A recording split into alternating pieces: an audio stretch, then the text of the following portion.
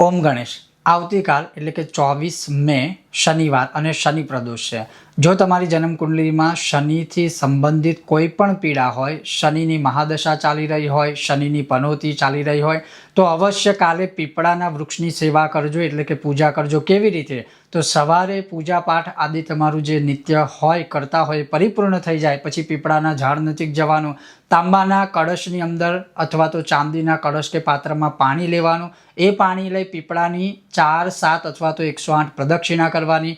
પ્રદક્ષિણા કરતી વખતે ઓમ વિષ્ણવે નમઃ બોલવાનું. એના પછી પીપળાના ઝાડની નીચે સરસવના તેલનો દીવો કરવાનો અને આ રીતે 2 હાથ અથવા એક જમણો હાથ છતો પીપળાના ઝાડને વૃક્ષને સ્પર્શ કરવાનો. પછી પીપળાના વૃક્ષને પ્રાર્થના કરવાની. આટલું કરવા માત્રથી શનિની કોઈ પણ પીડા હશે એમાં તમને ઘણી રાહત થશે. શનિદેવની પૂર્ણ કૃપા પ્રાપ્ત થશે, બ્રહ્મા વિષ્ણુ મહેશની કૃપા પ્રાપ્ત થશે અને પિતૃઓની પણ કૃપા પ્રાપ્ત થશે. અને એ કરવાનું છે આવતીકાલે શનિ પ્રદોષે. ઓમ ગણેશ.